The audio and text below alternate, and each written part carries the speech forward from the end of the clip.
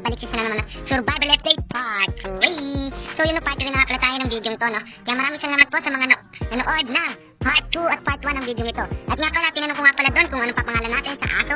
At ang napili ko po ay, surprise po mamaya, kung ano pong pangalan po ang napili ko. So yun, no? So ito nga pala mga karim, dito tayo gagawa ng bahay ng ating doggy, no? Kasi nga, syempre, kung tayo may bahay, dapat may bahay din yung ating doggy. Dalawa nga pala dito yung doggy natin yan, ha? Dalawa nga pala yung aso natin dito. So, ito yun, ayan. Ay, sorry Ray, yari ka. Nakampas pa. Lang. Ito ba na ito?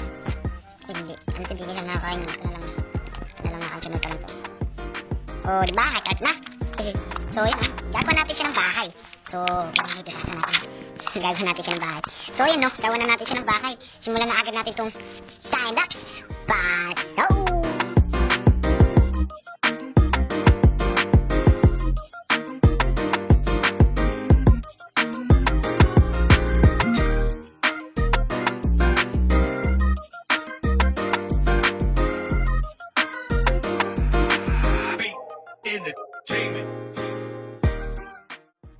So mga karim, ito na nga pala ang nagawa natin bahay ng aso. Dito na nga pala ang aso natin si Emmanuel. Yan, no?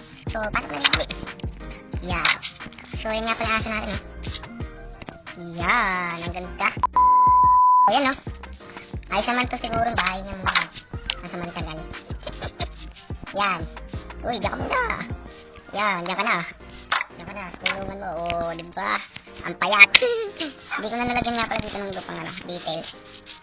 So, pero ayos na siguro to, no? Ayos na siguro yan. So, yan muna guys, ha? So, yan mga karim, dito na nagtatapos itong video ito, no? So, maraming salamat sa inyong panonood. Kaya po, patuloy sana po na panoodin niyo pa po ang aking mga video. Maraming salamat po sa inyo. And kung bago ka pa lang sa aking YouTube channel, please subscribe and hit the notification bell para lagi ka updated sa mga panibago ko pang video. So, maraming salamat sa iyo. Paalam!